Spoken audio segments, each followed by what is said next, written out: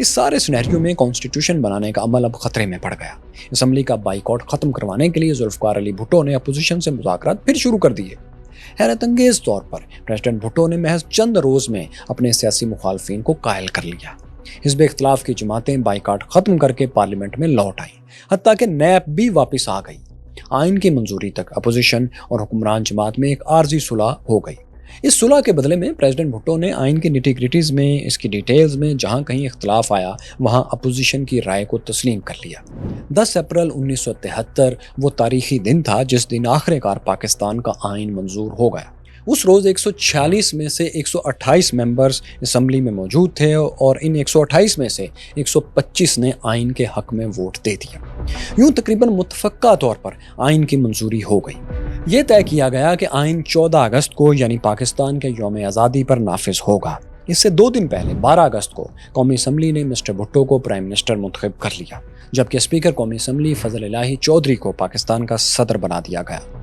2 روز بعد 14 اگست کو جیسے کہ طے تھا آئین پاکستان نافذ ہو گیا۔ ساتھیوں، پاکستان کے اس پہلے متفقہ اور نافذ کانسٹیٹیوشن میں مارشاء اللہ کا راستہ روکنے کا پورا بندوبست موجود تھا۔ آئین کے آرٹیکل 6 میں لکھ دیا گیا تھا کہ کانسٹیٹیوشن کو سازش یا طاقت کے ذریعے معطل یا ختم کرنے کی جو بھی کوشش ہوگی اسے غداری، ہائی ٹریزن سمجھا جائے گا، اور جو ایسا کرے گا اسے سخت سے سخت سزا دی جائے گی، جو کہ عام طور پر غداری کے ضمن میں سزائے موت ہی ہوا کرتی ہے۔ یہی وجہ ہے کہ آئین کے نفاذ کے بعد پرائم منسٹر بھٹو نے ٹی وی اور ریڈیو پر اعلان کیا تھا کہ آج ہم نے محلاتی سازشوں اور فوجی بغاوتوں کو ہمیشہ کے لیے دفن کر دیا ہے۔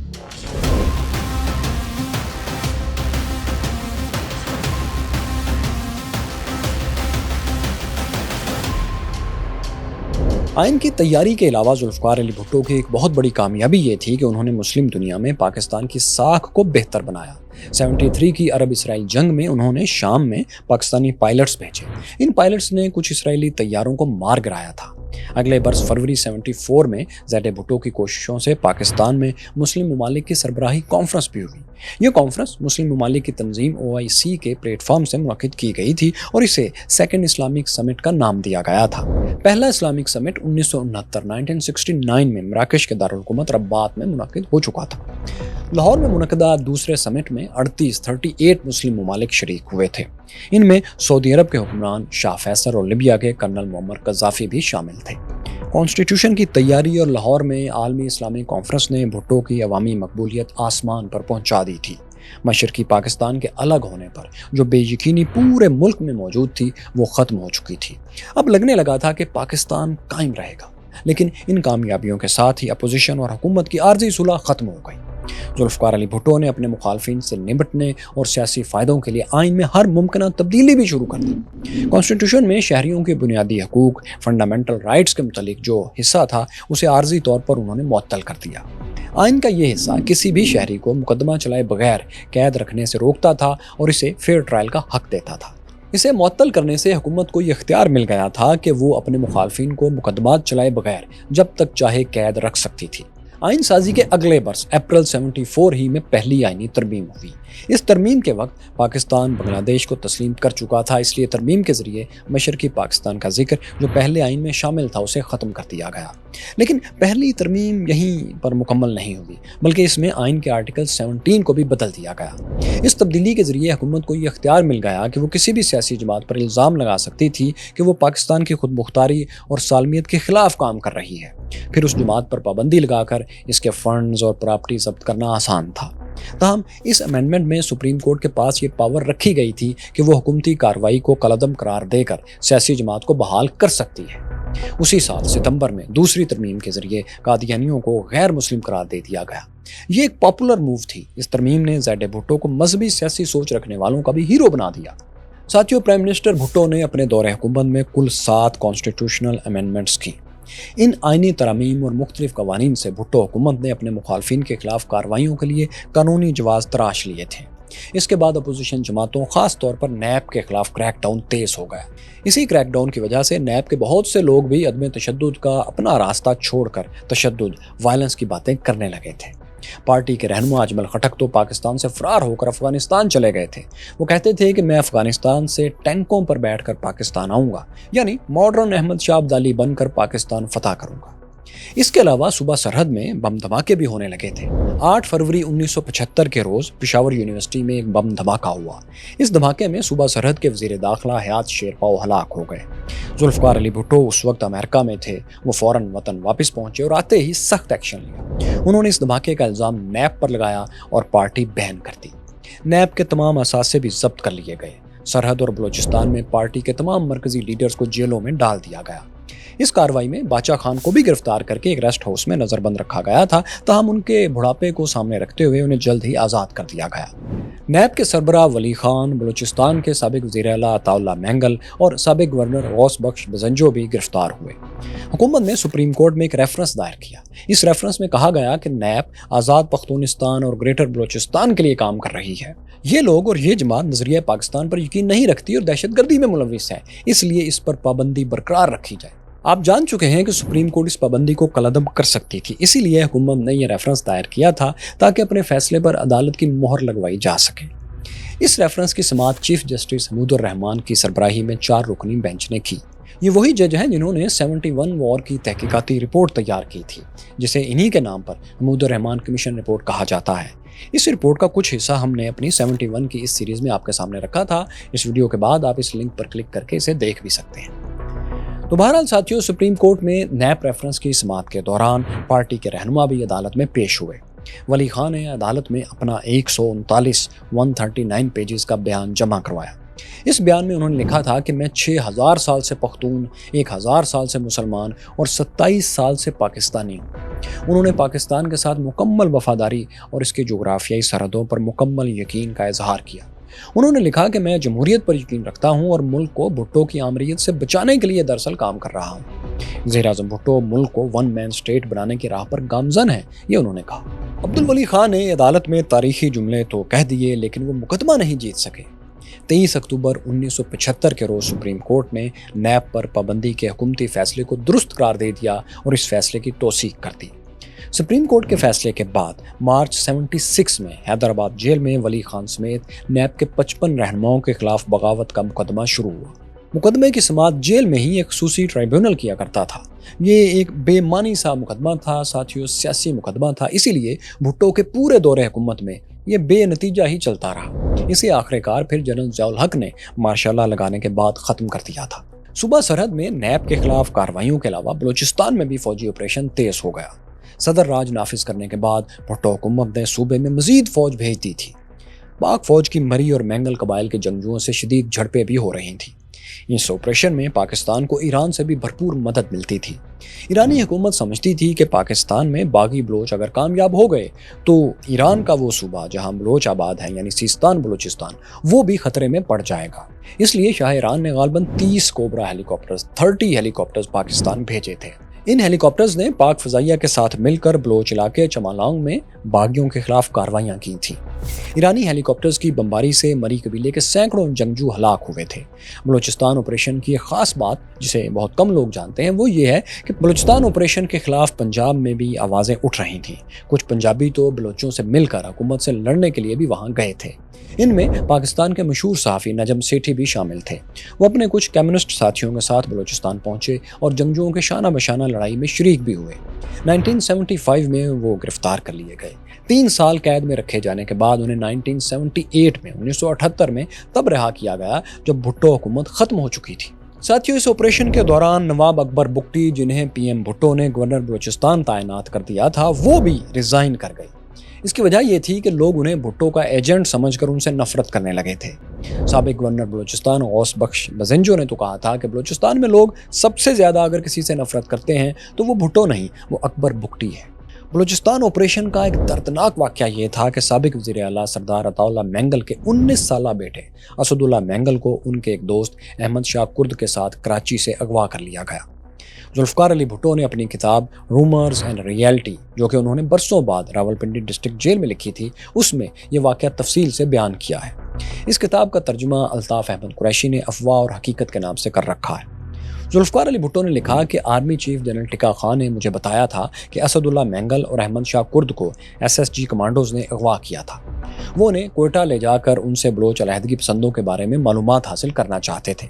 تاہم جب کمانڈوز نے ان کی کار روکنے کی کوشش کی تو ان دوستوں نے فائرنگ کر دی۔ کمانڈوز کی جوابی فائرنگ سے یہ دونوں مارے گئے۔ ان کے لاشوں کو رات کی تاریکی میں کوئٹہ کے راستے میں ہی کہیں دفن کر دیا گیا۔ مسٹر بھٹو لکھتے ہیں کہ وہ جنرل ٹکا خان کی باتیں سن کر سخت غصے میں آ گئے تھے۔ انہوں نے کہا تھا کہ اگر دونوں کی گرفتاری ضروری تھی تو سندھ حکومت سے درخواست کر کے وارنٹ گرفتاری جاری کیوں نہیں کروائے گئے جبکہ وہ ہو سکتے تھے۔ انہوں نے جنرل ٹکا خان کو حکم دیا کہ مقتولین کی لاشیں فوری طور پر ان کے گھر والوں کے حوالے کی جائیں، لیکن آرمی چیف نے کہا کہ متعلقہ جنرلز کا کہنا ہے کہ انہیں لاشوں کے بارے میں کوئی علم نہیں۔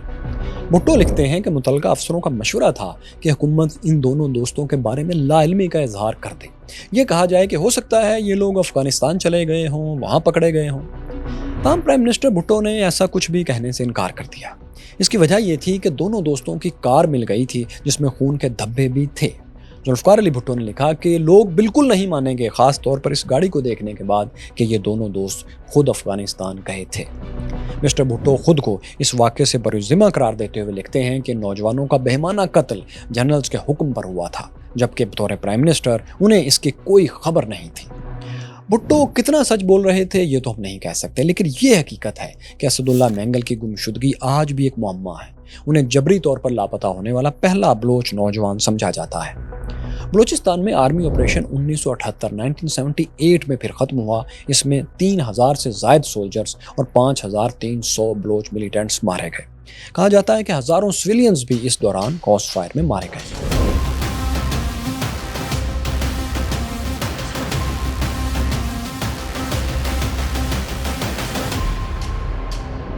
ساتھیوں، بلوچستان آپریشن تو خیر ایک سیکیورٹی ایشو تھا، لیکن بھٹو حکومت پر یہ الزام بہرحال موجود ہے کہ اس نے اپنے سیاسی مخالفین کو کچلنے کے لیے ہر حربہ استعمال کیا۔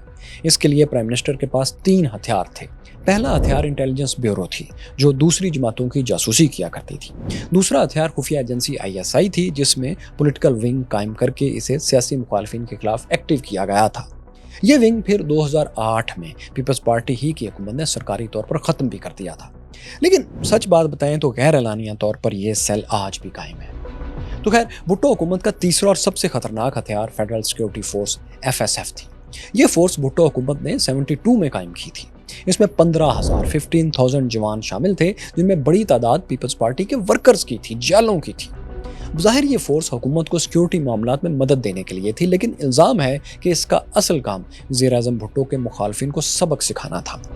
کہا جاتا ہے کہ FSF نے آزاد کشمیر میں مظفر آباد کے قریب دریائے جہلم کے کنارے ایک ریسٹ ہاؤس کو ٹارچر سیل میں تبدیل کر رکھا تھا۔ اسے دلائی کیمپ کہتے تھے۔ یہاں بھٹو حکومت کے سیاسی مخالفین کو لا کر ان پر تشدد کیا جاتا تھا۔ اس کے علاوہ شاہی قلعہ لاہور کو بھی ٹارچر سیل کے طور پر استعمال کیا جاتا رہا تھا۔ اس فورس پر سب سے بڑا الزام جو تاریخی طور پر لگا وہ یہ تھا کہ انہوں نے احمد رضا قصوری پر لاہور میں قاتلانہ حملہ کروایا تھا۔ احمد رضا قصوری پنجاب سے پیپلز پارٹی کے ٹکٹ پر قومی اسمبلی کے رکن بنے تھے، لیکن کچھ ہی عرصے بعد وہ ذوالفقار علی بھٹو کی پالیسیز پر شدید تنقید کرنے لگے۔ انہوں نے یہاں تک کہنا شروع کر دیا تھا کہ PM بھٹو جمہوریت کو قتل کرنے کے لیے قاتلوں اور مجرموں کو بھرتی کر رہے ہیں۔ انہوں نے قومی اسمبلی کی سیٹ جو پیپلز پارٹی کے ٹکٹ پر جیتی تھی اسے چھوڑے بغیر اصغر خان کی پارٹی تحریک استقلال کو جوائن کر لیا تھا۔ اسی وجہ سے ذوالفقار علی بھٹو نے ان کی پارٹی رکنیت معطل کر دی تھی۔ اس کے اگلے روز احمد رضا قصوری نے غصے میں ایک پریس کانفرنس کی۔ یہاں جوش خطابت میں انہوں نے بھٹو کو پیپلز پارٹی کی چیئرمین شپ سے برطرف کرنے کا اعلان تک کر دیا۔ اب ظاہر ہے اس اعلان سے ذوالفقار علی بھٹو کی چیئرمین شپ کو تو کیا فرق پڑتا، دونوں شخصیات میں دشمنی بدتر ہو گئی۔ 10 اور 11 نومبر 1974 کی رات لاہور میں شادمان کالونی کے شاہ جمال چوک پر احمد رضا قصوری کی کار پر کچھ لوگوں نے فائرنگ کر دی۔ احمد رضا تو محفوظ رہے، لیکن ان کے والد نواب احمد خان قصوری مارے گئے۔ احمد رضا قصوری نے اعلان کیا کہ مسٹر بھٹو مجھ پر پہلے بھی حملے کروا چکے ہیں، میں جانتا ہوں کہ یہ حملہ بھی انہوں نے میرے اوپر ہی کروایا ہے۔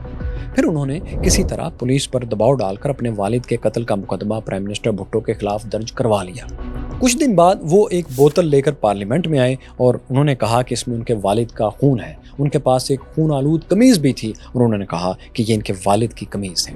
انہوں نے اسمبلی میں واشگاف الفاظ میں کہا کہ بھٹو، میں تمہیں چھوڑوں گا نہیں، کیفر کردار تک ضرور پہنچاؤں گا۔ ساتھیوں، نواب احمد رضا قصوری کے قتل کا یہ مقدمہ ہی بعد میں پیپلز پارٹی کے بانی اور چیئرمین مسٹر ذوالفقار علی بھٹو کی پھانسی کا بہانہ بھی بنا۔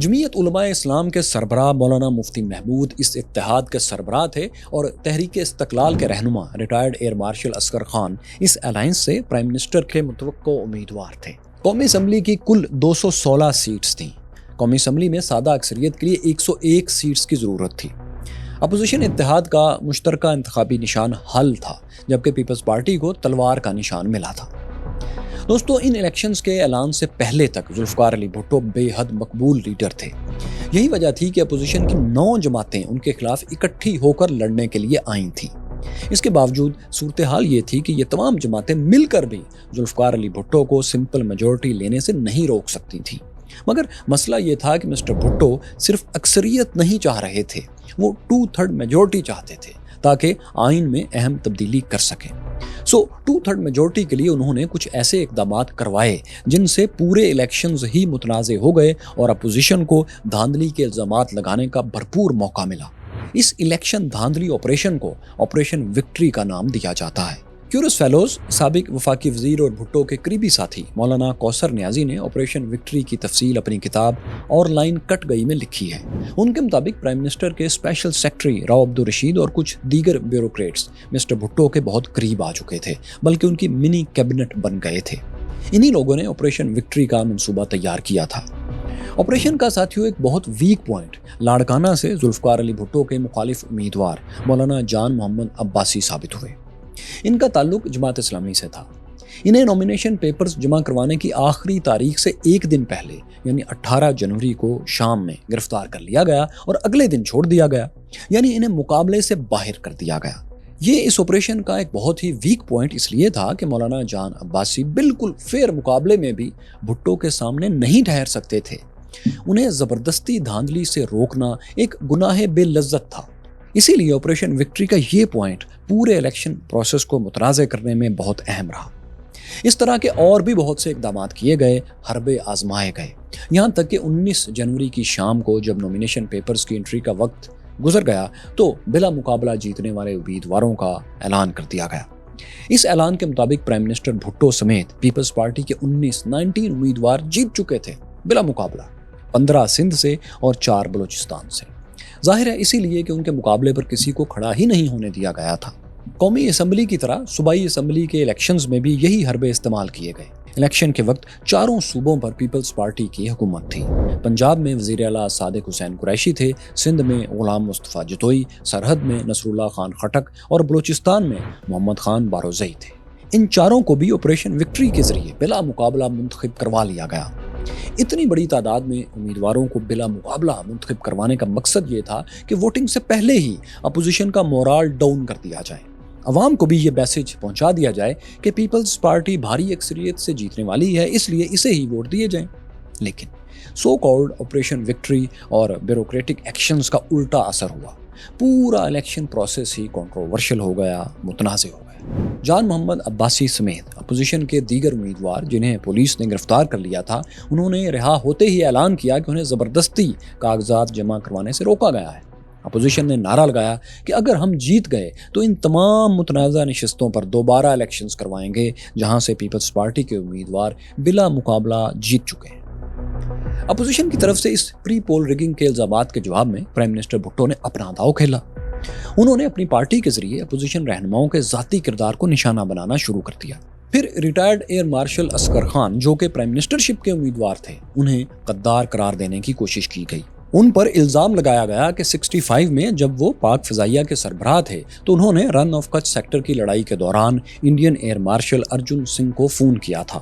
انہوں نے مبینہ طور پر انڈین کمانڈر سے کہا تھا کہ دونوں ملکوں کی ایئر فورسز خود کو اس محاذ سے دور رکھیں۔ یہ الزام پیپلز پارٹی کی طرف سے الیکشن کیمپین کے دوران مسلسل لگایا جاتا رہا۔ دوسری طرف اصغر خان بھی نچلے بیٹھنے والوں میں سے کہاں تھے۔ وہ تقریروں میں شعلہ بیانی کرتے رہے کہ ہم جیت کر ذوالفقار علی بھٹو کو کوہالہ کے پل پر لٹکا دیں گے۔ اس بلو دا بیلٹ کیمپین کے ساتھ ساتھ تقریباً ہر پارٹی نے سادہ مذہبی ذہنوں کو دھوکہ دینے کے لیے اسلامی ٹچ بھی خوب استعمال کیا۔ اپوزیشن اتحاد نے نظام مصطفیٰ کا نعرہ لگایا اور بھٹو نے مساوات محمدی کا۔ بھٹو کا کہنا تھا کہ ہماری معیشت اسلامی ہوگی۔ ایسے ہی سیاسی نعروں اور جلسے جلوس کے دوران 7 مارچ کا دن آن پہنچا۔ یہ زیڈ بھٹو کی زندگی کا آخری الیکشن ثابت ہونے والا تھا۔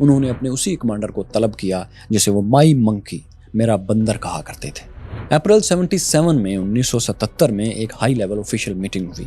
بقول کوثر نیازی اس میٹنگ میں یہ جنرل ضیاء الحق تھے جنہوں نے پرائم منسٹر کو گڑبڑ والے علاقوں میں مارشل لا لگانے کا مشورہ دیا تھا۔ اس پر وزیر اعظم بھٹو نے کہا مارشل لا کی تو آئین میں گنجائش ہی نہیں۔ آرمی چیف کا جواب تھا سر آئین میں ترمیم بھی تو ہو سکتی ہے۔ مسٹر بھٹو یہ من پسند مشورہ مان گئے۔ انہوں نے اگلے روز ہی آئین میں ایک عارضی ترمیم کر کے کچھ علاقوں میں مارشل لا کی اجازت دے دی۔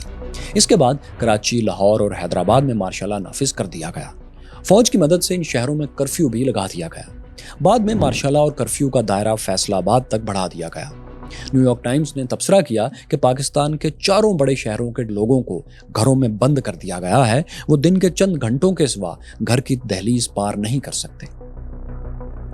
27 اپریل کو chairman joint chief of staff committee اور تینوں مسلح افواج کے سربراہان کی طرف سے ایک مشترکہ بیان بھی جاری کیا گیا۔ اس میں کہا گیا تھا کہ تینوں مسلح افواج موجودہ قانونی حکومت کی مکمل حمایت کرتے ہیں، مطلب ان الیکشنز کے نتائج کو تسلیم کرتے ہیں۔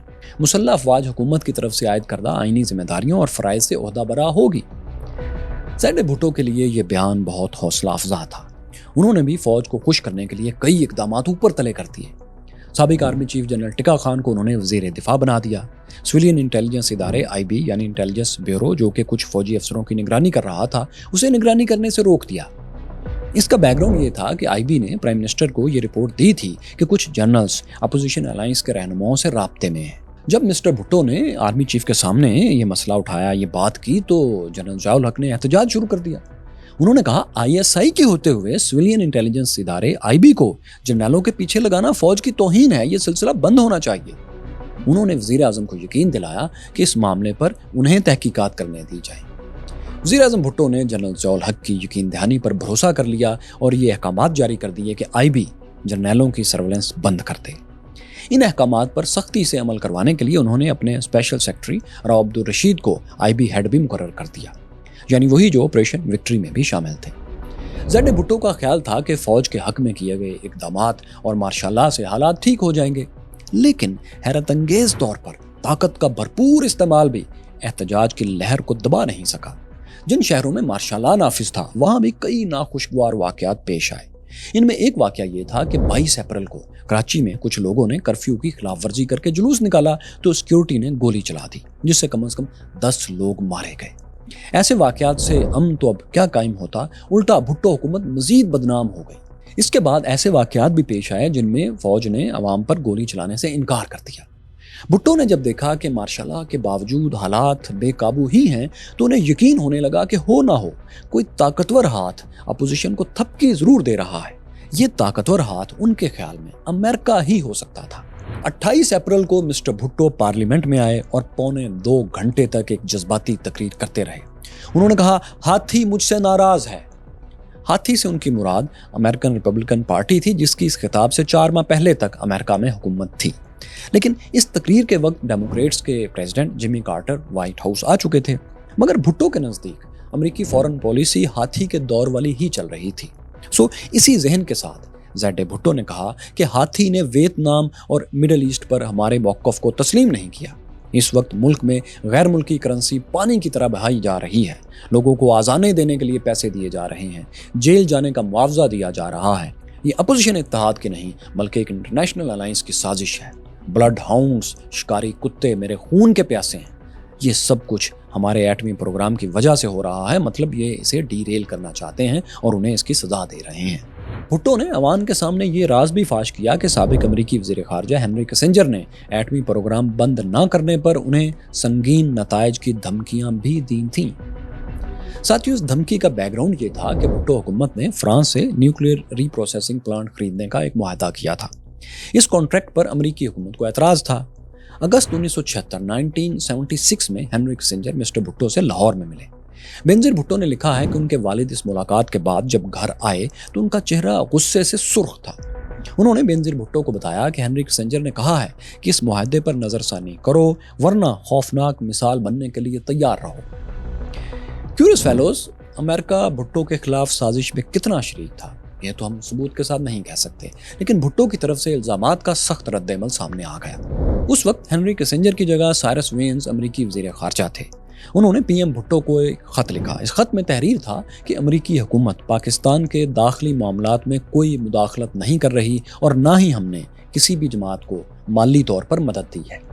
میری تجویز ہے کہ ہم عوامی سطح پر ایسے الزامات لگانے سے گریز کریں کیونکہ ایسا کرنے سے ہمارے تعلقات کو نقصان پہنچے گا. مسٹر بھٹو کو یہ وضاحتی خط ملا تو جیسے ڈوبتے کو تنکے کا سہارا مل گیا. بھٹو یہ خط لے کر راولپنڈی کے صدر بازار میں آ گئے. وہاں امریکن سینٹر تھا جس کے سامنے اچانک بھٹو نمودار ہوئے اور خط لہراتے ہوئے تقریر شروع کر دی. انہیں اپنے درمیان دیکھ کر آتے جاتے لوگ ٹھہر گئے، جمع ہونے لگے. مسٹر بھٹو نے خط کو دور سے ہلاتے ہوئے کہا، مجھے پھر امریکہ نے دھمکی بھیجی ہے، دیکھ لو، خطرہ مجھے ہی نہیں پورے پاکستان کو ہے. مسٹر بھٹو نے خط کی تعلقات خراب کرنے والی ایک لائن کا خوب سیاسی استعمال کیا. انہوں نے اسے دھمکی کے اینگل سے لوگوں کے سامنے رکھا اور کسی حد تک عوامی ہمدردی بھی حاصل کر لی. اس واقعے پر بینظیر بھٹو لکھتی ہیں کہ پاکستانی وزیر خارجہ عزیز احمد پیرس جا کر امریکی فارن سیکرٹری سائرس وین سے ملے بھی تھے. انہوں نے پاکستان میں امریکی مداخلت کے حوالے سے 50 صفحات کی ایک رپورٹ بھی وینز کے حوالے کی تھی. امریکی وزیر خارجہ نے اس رپورٹ کو بغیر پڑھے ایک سائٹ پر رکھ دیا اور کہا، نہیں مسٹر عزیز احمد، ہم پاکستان کے ساتھ ایک نئے باب کا آغاز کرنے والے ہیں. اب ساتھیوں، یہ کہنا مشکل ہے کہ نیا باب شروع کرنے سے ان کی کیا مراد تھی. ہو سکتا ہے کہ اس سے مراد نئی پاکستان پالیسی ہو یا جنرل ضیاء الحق سے خفیہ ساز باز اور ماشاء اللہ کی سپورٹ ہو، کیونکہ یہ دونوں کام ہی اس کے بعد دراصل ہو گئے تھے. بائی دا وے، فرانس سے جس ایٹمی پلانٹ ایگریمنٹ کی وجہ سے بھٹو کو لگتا تھا کہ امریکہ ان سے ناراض ہے، وہ ڈیل بھی فرانس نے اس واقعے کے اگلے سال اگست 1978 میں کینسل کر دی تھی. بینظیر بھٹو نے یہ دعویٰ بھی کیا ہے کہ ان کے والد کو حکومت میں آنے کے بعد ایک اہم بات معلوم ہوئی تھی. وہ یہ کہ 1958 میں امریکہ نے پاک فوج کے ساتھ کچھ خفیہ مشقیں بھی کی تھیں.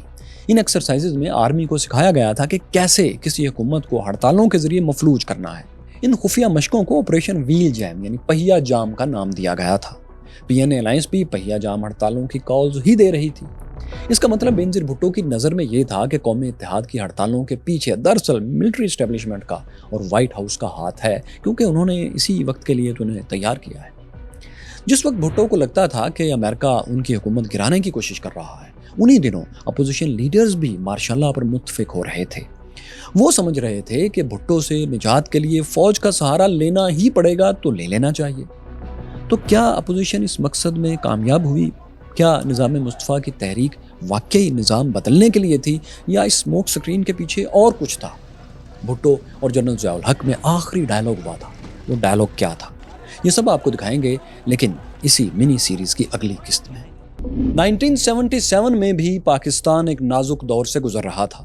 بھٹو وزیر اعظم تھے، لیکن ان کے خلاف ایک سیاسی مہم چل رہی تھی جس کا بظاہر مقصد دھاندلی کے خلاف احتجاج تھا، نئے الیکشنز کروانا تھا اور اسلامی نظام کا نفاذ تھا. لیکن در پردہ ایک گریٹ گیم بھی چل رہی تھی. وہ گریٹ گیم کیا تھی؟ نظام مصطفیٰ کے پردے میں year marshal Asghar Khan, general Zia الحق، امریکی اسٹیبلشمنٹ اور مفتی محمود کیا کھیل کھیل رہے تھے؟ مسٹر بھٹو کا منکی مداری پر بھاری کیوں پڑ گیا؟ میں ہوں فیصل رائچ اور دیکھو سنو جانو کی منی سیریز ذوالفقار علی بھٹو اور پاکستان کی چوتھی قسط میں ہم آپ کو یہی سب دکھائیں گے. مسٹر بھٹو کی حکومت ختم ہو چکی ہے، ماشاءاللہ نافذ کر دیا گیا ہے. جس وقت بھٹو کے خلاف الیکشنز دھاندلی پر مہم چل رہی تھی، اپوزیشن رہنما ایک ایک کر کے مارشاء اللہ کے طرفدار ہوتے جا رہے تھے. اس حوالے سے بیگم نسیم ولی کا ایک واقعہ بہت اہم ہے. بیگم نسیم ولی آپ جانتے ہیں کہ نیشنل عوامی پارٹی کے رہنما ولی خان کی بیگم تھیں. ان کے شوہر پر بھٹو حکومت حیدرآباد جیل میں مقدمہ بھی چلا رہی تھی.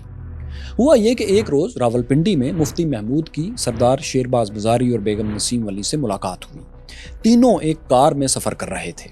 بیگم نسیم ولی نے مفتی محمود سے کہا، آپ بھٹو کے ساتھ معاہدہ نہ کریں اور مارشاء اللہ لگنے دیں. فوجی حکومت ہی اس بات کی ضمانت دے سکتی ہے کہ 90 دن کے اندر آزادانہ انتخابات ہو سکیں. بھٹو صاحب پر اس بارے میں کوئی اعتماد نہیں کیا جا سکتا. مفتی صاحب نے پوچھا، کیا آپ اس بارے میں اپنے شوہر ولی خان کی رائے معلوم کر چکی ہیں؟ بیگم نسیم ولی نے جواب دیا، ہاں ان کی بھی یہی رائے ہے. اس پر مفتی محمود نے کہا، میں اس رائے سے بالکل اتفاق نہیں کرتا. یہ واقعہ ساتھیوں اپوزیشن ہی کے ایک اور رہنما پروفیسر غفور نے اپنی کتاب پھر مارشاء اللہ آ گیا میں لکھا ہے. وہ یہ بھی لکھتے ہیں کہ اپوزیشن کے اہم لیڈر اصغر خان بھی ایسے ہی خیالات کا اظہار کر چکے تھے کہ مارشاء اللہ کا نفاذ ہی نئے الیکشنز کے لیے بہتر ہے۔ بلکہ اصغر خان نے 2 مئی 1977 کے روز مسلح افواج کے سربراہان کے نام ایک کھلا پیغام بھی جاری کیا تھا۔ اس میں انہوں نے ملٹری آفیسر سے کہا تھا کہ یہ آپ کا فرض ہے، آپ قانونی اور غیر قانونی احکامات میں تمیز کیا کریں۔ بھٹو نے آئین کی خلاف ورزی کی ہے اور عوام کے خلاف سنگین جرائم کے مرتکب ہوئے ہیں۔ یہ آپ کی ڈیوٹی نہیں ہے کہ آپ ان کے غیر قانونی کاموں کو سپورٹ کریں، اور نہ ہی بھٹو کے اقتدار کو طول دینے کے لیے آپ کو اپنے لوگوں پر گولی چلانے کی اجازت ہے۔ اس خط کی 3000 کاپیاں فوجی افسروں میں تقسیم کی گئیں۔ پروفیسر غفور احمد لکھتے ہیں کہ اصغر خان نے یہ خط بھیجتے وقت قومی اتحاد یعنی اپوزیشن کو بھی اعتماد میں نہیں لیا تھا۔ اس سب کے ساتھ ساتھ دوستو، آرمی چیف جنرل ضیاء الحق بھی ایسے اقدامات کر رہے تھے جن سے حکومت اور اپوزیشن میں غلط فہمیاں بڑھ رہی تھیں۔ ایک کام تو آپ ہماری پچھلی ویڈیو میں جان ہی چکے کہ انہوں نے مارشاء اللہ کے نفاذ کا مشورہ دیا تھا، لیکن اس کے بعد انہوں نے دوسرا کام بھی کیا، اور وہ یہ کہ حکومت کو اپوزیشن کے اہم مطالبات ماننے سے روکا۔ اپوزیشن مطالبہ کر رہی تھی کہ بلوچستان میں آپریشن اور حیدرآباد ٹرائل ختم کر دیا جائے، ولی خان اور دوسرے اسیر رہنماؤں کو رہا کر دیا جائے، لیکن جنرل ضیاء الحق ان دونوں مطالبات کے خلاف تھے۔ انہوں نے پرائم منسٹر سے صاف کہا کہ ایسا کرنا ممکن ہی نہیں۔ اس مسئلے پر انہوں نے کہا کہ انہیں اجازت دی جائے کہ وہ بات کریں۔ پھر جنرل ضیاء الحق نے اپوزیشن کو تفصیلی بریفنگ بھی دی۔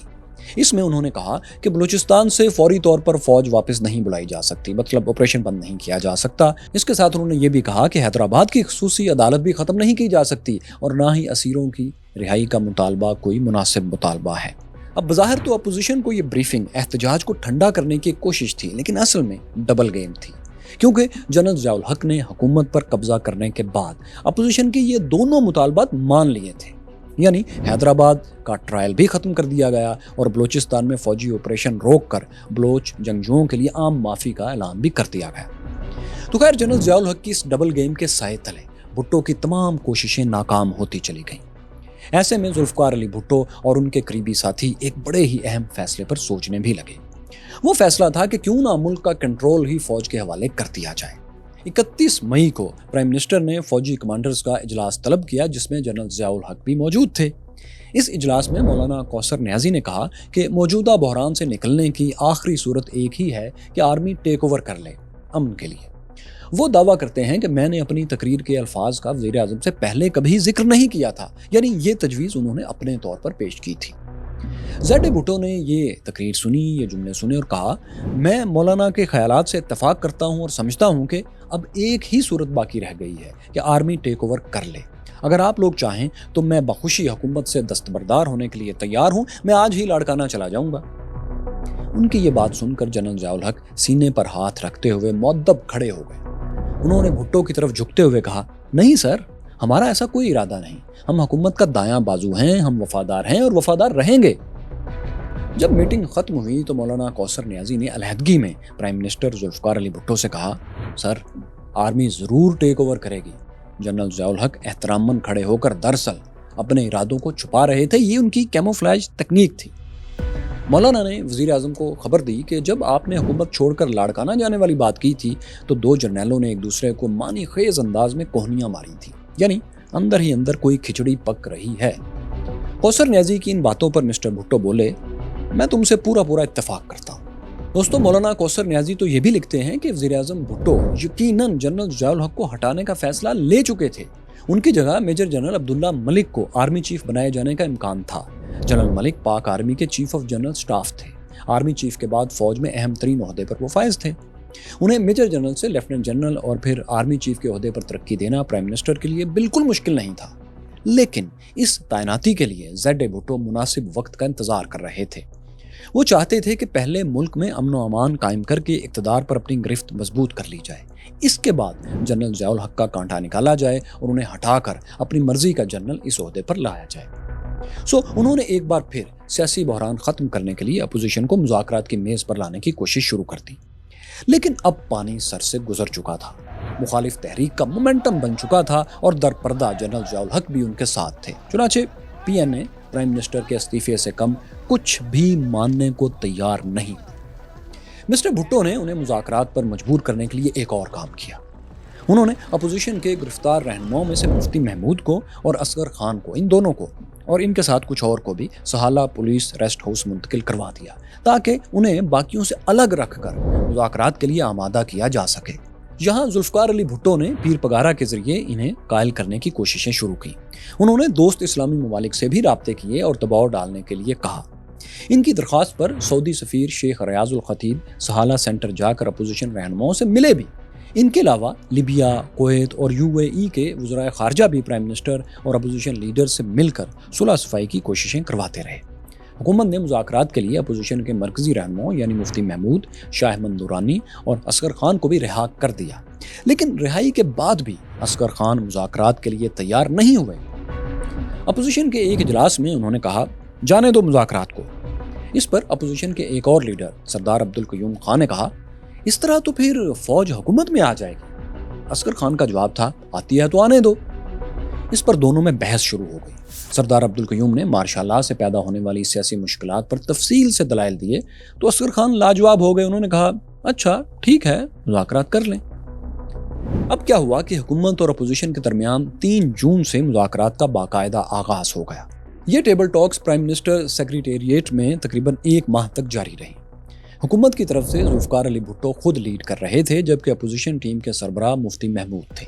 مذاکرات کا طویل ترین دور 1 جولائی 77 کی رات 8 بجے سے شروع ہوا اور صبح 6 بجے تک 10 گھنٹے مسلسل چلا۔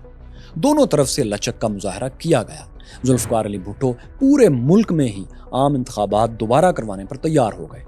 دوسری طرف PNA نے بھی پرائم منسٹر کے فوری استعفے کی ڈیمانڈ چھوڑ دی، یعنی اب وہ الیکشن کے نتائج تک ذوالفقار علی بھٹو کو ایکٹنگ پرائم منسٹر ماننے کے لیے تیار تھے۔ 2 جولائی کی صبح حکومت اور اپوزیشن کے درمیان معاہدے کا ڈرافٹ بھی تیار کر لیا گیا۔ اس ڈرافٹ میں لکھا تھا کہ 15 جولائی کو اسمبلیاں توڑ دی جائیں گی۔ قومی اسمبلی کے الیکشن 6 اکتوبر کو اور صوبائی اسمبلیوں کے الیکشن 8 اکتوبر کو ہوں گے۔ اس معاہدے میں ذوالفقار علی بھٹو نے کچھ معمولی تبدیلیوں کی تجویز دی۔ ان سجیشنز کی حتمی منظوری اپوزیشن کے قومی اتحاد کی مرکزی کونسل نے دینا تھی۔ اسی روز یعنی 2 جولائی کو ہی مرکزی کونسل کا اجلاس بھی ہوا۔ اس اجلاس میں اصغر خان نے ایک بار پھر حکومت سے معاہدے کی سخت مخالفت کی۔ شاید انہیں اپنی پرائم منسٹر کی سیٹ نظر آ رہی تھی۔ انہوں نے حکومت کے ساتھ لچک کا مظاہرہ کرنے پر مذاکراتی ٹیم کو بھی آڑے ہاتھوں لیا۔ مفتی محمود اور مذاکراتی ٹیم کے دوسرے رکن پروفیسر غفور نے بھی ان سے پوچھا، آخر آپ چاہتے کیا ہیں؟ ہم لوگوں کو کیا کرنا چاہیے تھا اس وقت؟